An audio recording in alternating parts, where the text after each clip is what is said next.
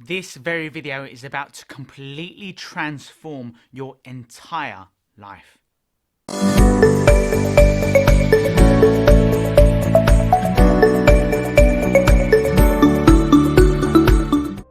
Okay, so we are about to dive into some very powerful things indeed, so it's worthwhile having pen and paper ready to make some notes, because we're going to go quickly and we're going to cover some very detailed scientific and very meticulous things that you're going to definitely want to pay attention to and remember and reinforce, so that you can start to make the changes needed in your particular life. So the first thing I want to uncover is our past, and why our past really shapes how we are now, the kind of results we have now, and the kind of thoughts and feelings we have today, for instance. So what we have to understand is, firstly, most of our thoughts and feelings actually derive from our past. You see, our brain, our beliefs are a record of the past. It's essentially like an artifact, if you will. So what happens is we all have a different lens, if you will, like tunnel vision that we fall into because of our past, because of our ego, because of what we've experienced in the past, along with all kinds of different attributes and paradigms that we have created over time, such as our perspectives, our beliefs, our attitudes, who we are, what we identify with, what we have in our lives, what we don't have, what we want more of, what we want less of, our likes, our dislikes, our skin color, our gender, where we were born. All these different attributes come together along with some key events in our life that's led to an imprint, if you will, on our subconscious mind that influences us, whether knowingly or unknowingly. So this is very, very important. And essentially, whenever we are experiencing something, such as, we're experiencing this now, I'm experiencing doing this video, you're experiencing listening to me now, this is an experience, for example.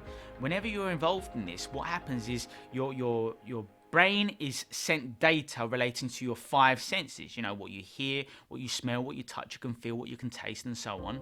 And all of these senses, if you will, these senses come together, culminate, and they feed your brain. And they say this is essentially your external reality, right? What you see, what you hear, and all these sorts of things. And your brain takes that in, and your brain therefore takes all in the information, and it brilliantly organizes them together. Your neurons string into place, they organize themselves. Dozens of neurons do this, and then they string into place and they create a chemical, and this chemical is akin to a feeling, an emotion. Okay, this is why people are constantly taking things from the external environment and they're sending it back to their brain. Their brain takes everything that when this happened to you when you were 8 years old, and that happened to you when you were 20, and don't trust that person, because remember when you were 15, your best friend let you down. Remember that occasion where you invested in something, or you tried to start a business and it didn't work out when you were 22. And you remember that experience. Or remember not to talk to strangers because you talked to this person, they turned out to be a crazy person.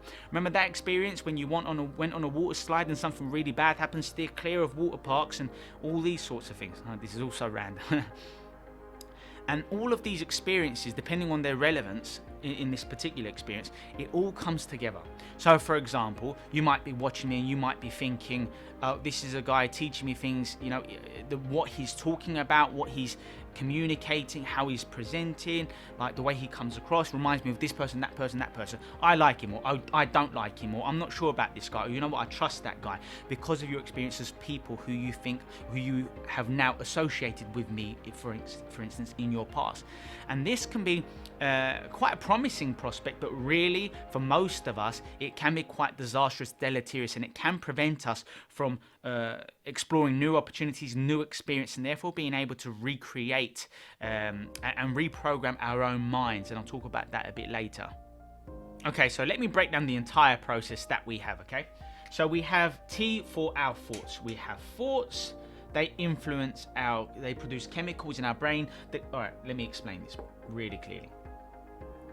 When we have a thought, which is just dozens of neurons that have joined together synaptically, and it's led to a certain thought. It could be any kind of thought, I look good in these clothes, or the weather's bad today, or I feel like this is going to take me a long time to learn, whatever it might be, just that, any kind of thought.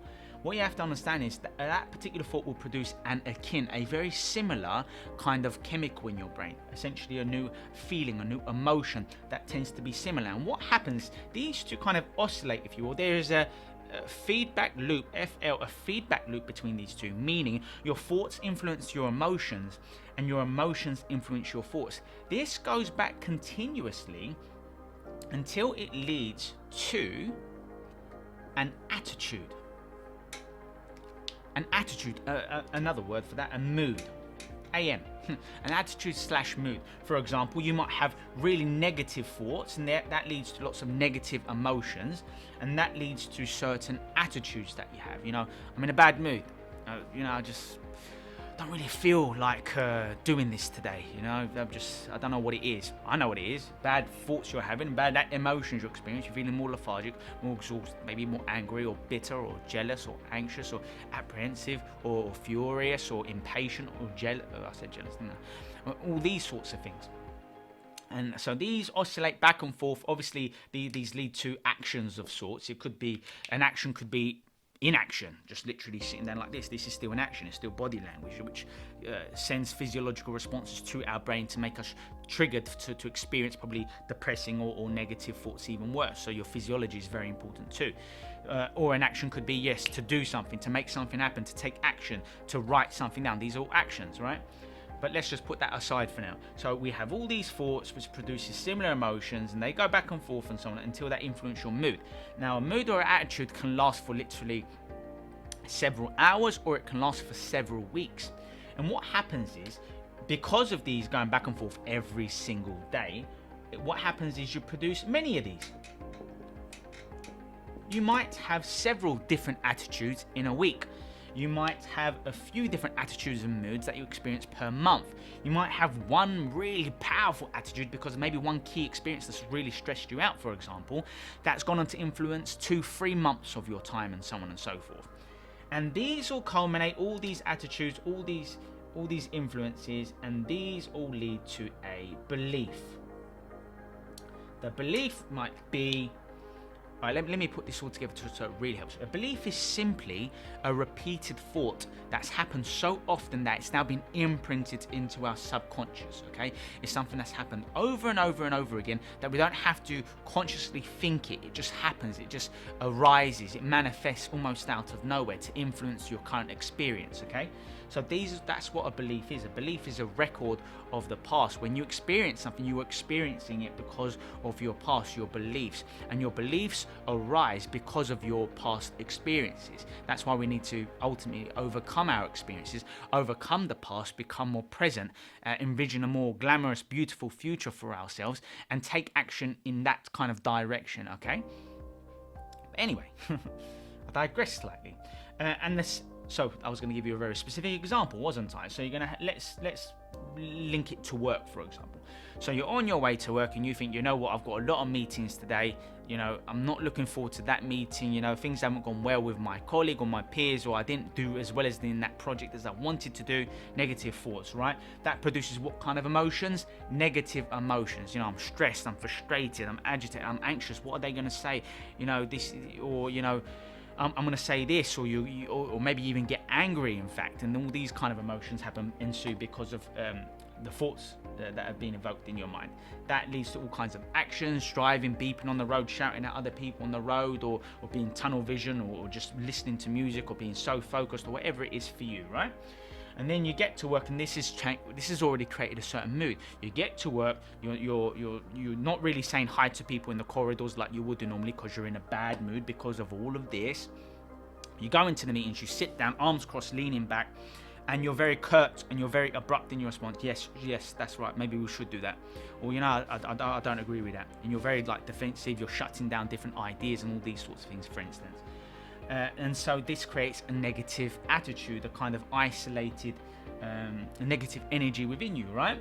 And that influences your beliefs. And your belief is, I don't like work, or I'm not competent at work. Okay, that might be the new belief. I am incompetent at work, or with specific skills or specific deadlines that this person has been struggling with.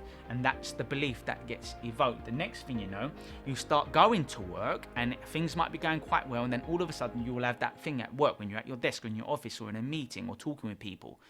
I'm incompetent. I can't sell this. I can't produce this. I can't complete those tasks. I'm not going to do as good as they want. Whatever it may be, okay? So That's the whole thing here. And these beliefs come together as well.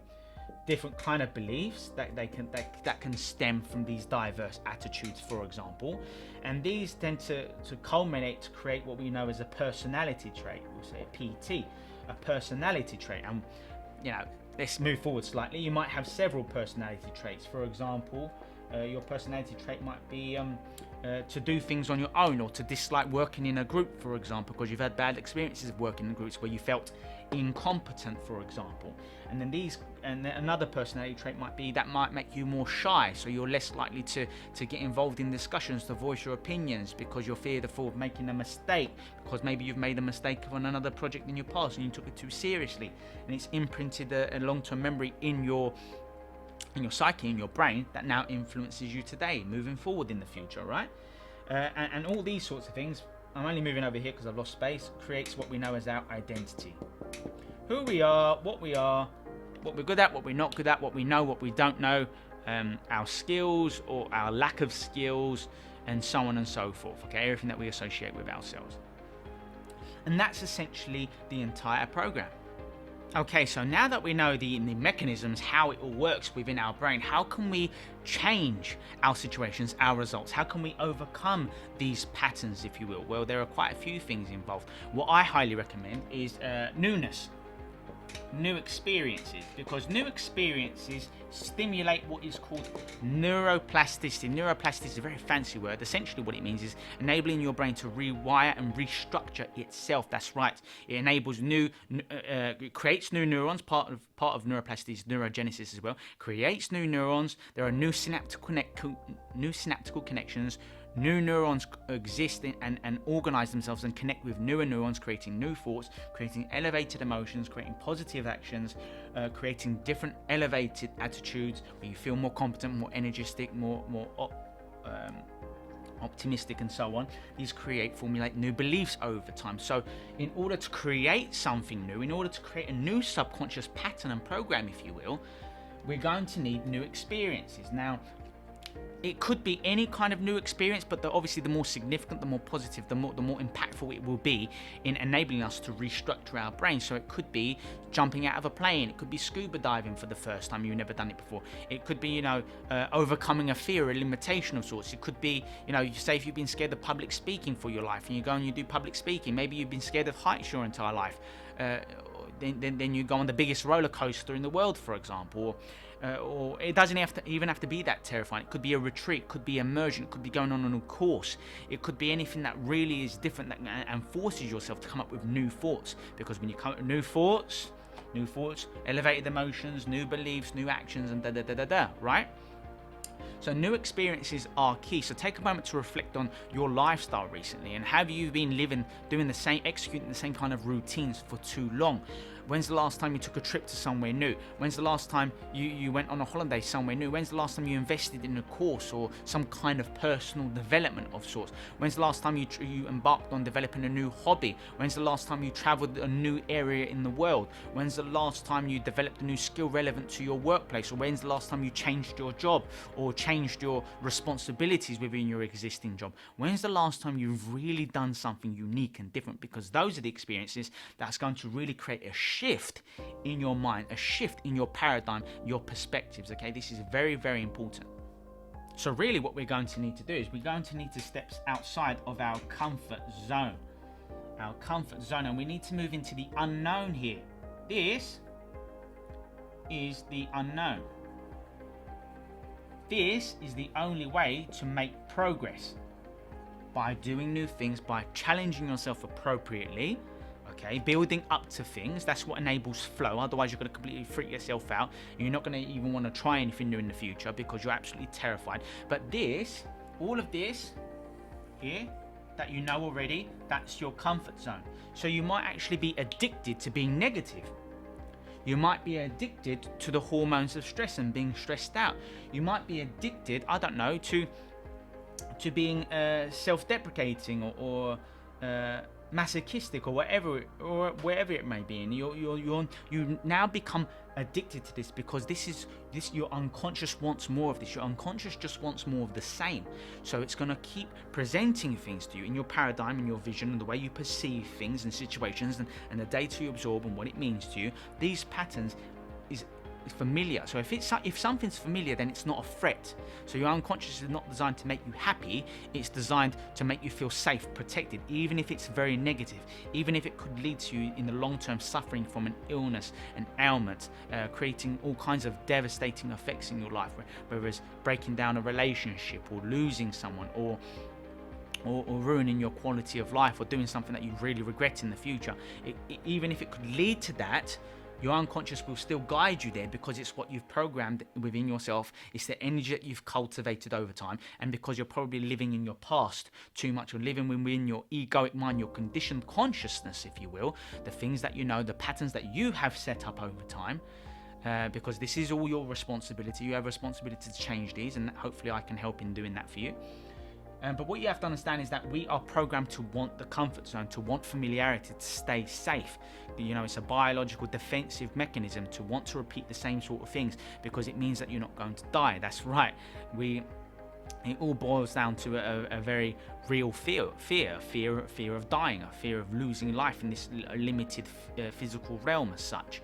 So the key thing here is to overcome those limitations by becoming more present, by detaching from our patterns, by detaching from what we identify with, who we are, what we are. This is what we do, this is what we can't do, this is what we want in our life. We don't have 2 houses yet, we want 2 houses. I don't have a nice car, I want a new car. I don't have this, I don't have that. Gratefulness, love, self-love, all these really positive things will enable you to overcome the pain of the past, if you will, all these negative patterns. But it all comes from taking new action, from stepping outside of your comfort zone, doing new things, and not allowing your ego, your identity to put you off. Because when you try something new, such as, let's go with the example of, mountain climbing or whatever it might be, okay? And you go to yourself, I've always been scared of heights, your identity. How do you know you're scared of heights? Well, because I once went to the fun fair and I didn't go on a fun fair ride, or I did go on a fun fair ride and something really scary happened. The bar came a little bit loose and I got terrified, and ever since then, I've been scared of heights, where you're thinking of the past to formulate what you think will happen in the present moment. Therefore, you're stuck in the past. You're stuck within your limitations, and that's why you don't try new things. That's why you're not progressing. That's why you're not getting better results and changing your energy, the energetic field that you move toward, and also what you attract back to you. Okay, this is very real stuff. So this is the system that I really need you to become accustomed to. And speaking of this, I also want to talk to you about the analytical mind. So this voice that I've been telling you about during all of this and your identity is the analytical mind. The analytical mind consists of all your perspectives, all your paradigms, everything that you know so far. So your analytical mind is that stream of consciousness that prevents you probably from falling asleep. It could be that stream of consciousness that you hear when you wake up every day. That analytical mind is, who I am. How did I come across? Did I speak well? Do I look good? Am I pretty enough? Am I cool enough? Am I, what's my reputation? Does everyone at my job think I'm doing very well? Am I seen as competent? Am I seen as, has people seen my weaknesses? This is dangerous. If they see my weaknesses, things might not go well. This is the stream of consciousness. This is our negativity. This is that compulsive thinking that wears out your adrenals, that causes fatigue, exhaustion, chronic inflammation in your body, that leads to more colds and flus and illnesses. This can lead to diabetes and cancer. Yes, your thoughts, your patterns can make you sick. That's correct. But we need to overcome the analytical mind, because the analytical mind is what's in the middle of your conscious mind and your subconscious. So we have to learn and find mechanisms to remove the analytical mind, that stream of consciousness, right, in order to dive into your own subconscious. Because the subconscious is where you can start to make real change, where you can start to be more objective, and you can start to literally see and identify your patterns. So when you are when you can step out of your mind, you're detaching from everything that you are, who you are, what you know, what you've experienced, what you have, what you don't have, what your possessions are. This is my money, this is my partner, this is my children, this is my this and that. Those are what you're connected to. But when you detach from the analytical mind and everything that you identify with, okay, that's going to enable you to really start to firstly identify your patterns and then start to poke at and question these mechanisms. Why am I in bad mood today? It's because I thought that, and I feel this person is disrespecting me or taking advantage of me or this and that. Okay, why do I think they're taking advantage of me? Have I spoken to them about this? Interesting. Why do I think that they're going to do something bad to me or they don't care about me? Oh, because I had a difficult relationship with my parent or with my siblings or with my ex-partner or whatever it is. Oh, okay. Now I see how these are connected. Why am I always envisioning worst case scenarios? Well, remember when you were younger, this happened, and you think about this every single day, and you condition your unconsciousness to live in the past, to live in pain, and to bring that negative energy from the past into the now in what you see and what you experience. Very dangerous stuff. So we need to overcome that, and some of the best ways to overcome this is through meditation, obviously. Exercise, learning new things, because learning stimulates neurogenesis and neuroplasticity, which enables you to change who you are, your beliefs, your perceptions about yourself, and so on and so forth. You can practice giving, gratitude, writing down what you appreciate about yourself, about others, writing down what you love about others, writing down what you love about yourself, journaling, reading, learning new things, developing new skills. Again, exercise, meditation. These are some of the things that visualizing the life that you want, because your unconscious cannot tell the difference between what has happened in real life, such as you listening to me now. Yes, hello, this is real, and what hasn't happened in the past, and what you are literally concocting and devising in your brain. Your unconscious cannot tell the difference. So if you spend time visualizing the life that you want, the positivity, the love you want to share, the kind of peace you want to generate in your life, you will slowly, and you have to believe in it, you have to feel it, you're going to slowly start to move there, and then you're going to take new actions because of your new visions in your mind of what you want and what you want to move toward. Otherwise, you're going to fill up your visualization, your creativity, with recollecting the negativity of the past. So instead of thinking about being on the beach or expressing love or getting married or being there for your children when they're performing on stage, or they're dancing, or supporting them with this and that, and you're seeing them grow up to be successful, happy people, or you're there for your siblings during difficult times, and you can envision yourself laughing and looking back at those painful moments and saying, that's all over now. If you're not spending time adding that positivity, creating a clear intention, clear vision in your mind, then what's going to fall in? Negative portrayals. You're going to start to imagine things not going well. You're going to imagine yourself, losing that investment, or being left by your partner or your children. You're going to imagine them growing up to become, really awful criminals, or people who are, completely veered off the right path, and so on and so forth. And that's going to fill your mind, and then that's going to fill you with angst and anxiety, and that's going to further all this negativity even more. So you have to force yourself to do the things that seem uncomfortable. There are so many different things you can do to detach from the analytical mind. Just simply observing. The main one is being present. Being present. Going for walks. Being in amongst nature. Genuinely paying attention to the smallest things. Genuinely looking up at the sunshine or the moon, or paying attention to the colours of the fields, or the ducks, the birds, the insects, whatever it is, and not criticising, taking away that judgment, slowing down your brainwave states from high beta or beta when you're really stressed out, thinking too much, all this analytical mind's kicking in. This is what happens when we're strongly awake during the day, and you're going to want to calm down your circuitry, your brainwaves. You're going to need to take some deep breaths, just literally see things for what they are, and not to overthink, and not to think what he or she thinks of me, on how I can seem superior or how I can seem significant. No. Let's put all that aside now.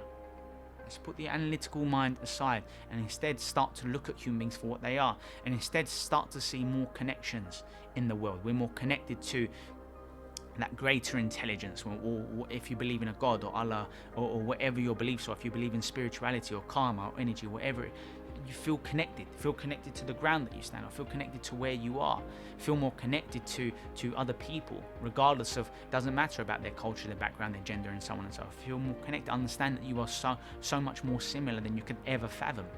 And feel more connected to nature, and pay attention to how the nature grows and shifts, and how we are just such a small part in this physical realm, and we're gonna dissolve into nature, and nature's gonna keep growing, and we might and our energy will spread, and all these sorts of things. I didn't really mean to take it down that avenue, but we went there.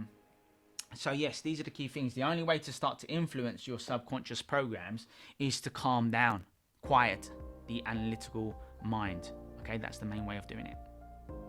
So yes, our beliefs are simply subconscious states of being. Our beliefs are subconscious programs.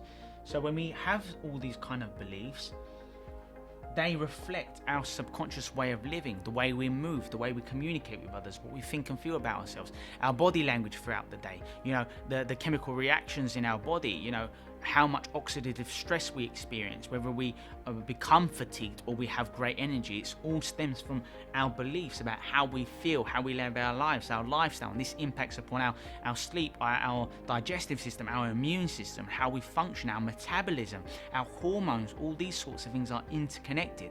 So if you think negative, low vibrational beliefs, well, you're going to live within negative subconscious states of being, and you're going to attract even more fatigue, and you're going to become more exhausted, and that's going to impact your sleep, leading to insomnia, leading to age-related illnesses, such as dementia or Alzheimer's, and these sorts of things, which happen because of the energy we create and how this affects our hormones, our metabolism, our immune system becoming compromised, and so on and so forth.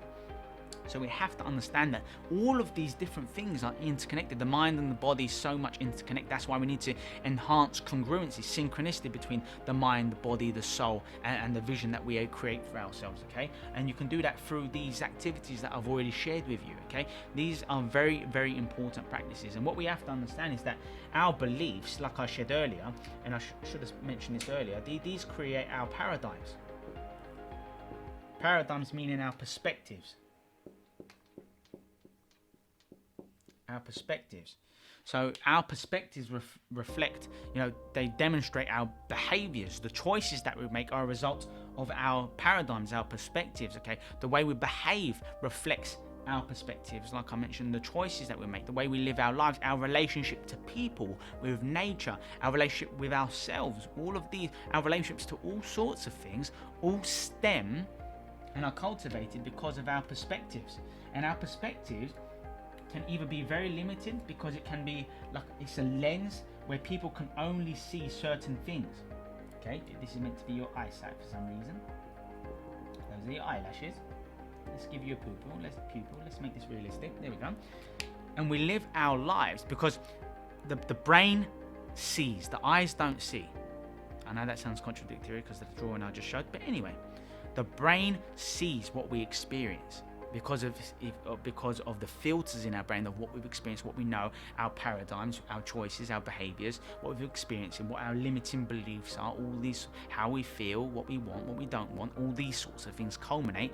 So the eyes are just responsible for observing, for example, or what we hear are simply for observing. But because we're not always present, we bring so much baggage to every experience in life, whether they're small experiences or significant experiences in our lives. We bring baggage all the time. It's like carrying with us, bringing a shopping cart with us of our beliefs, our experiences of, that happened to me when I was 8 years old, that happened to me when I was 20 years old, that happened to me when I was 50 years old. Yeah, that was a bad experience. That one was okay. Oh yeah, that happened. And we carry these with us every time we see something. So every time we are in an experience, we kind of look back at the shopping cart. Okay, what we got in here? Oh yeah, that happened, mix these together, and you create these meta beliefs, if you will, of deeper beliefs about who we are, what we identify with, and so on and so forth. We bring that and go, oh yeah, okay, so that's what I'm going to, that's how I'm going to perceive this overall external reality with everything I know. Oh yeah, what we got in here? And that's essentially how people live their lives. A weird analogy with the shopping cart, but hey, I went there.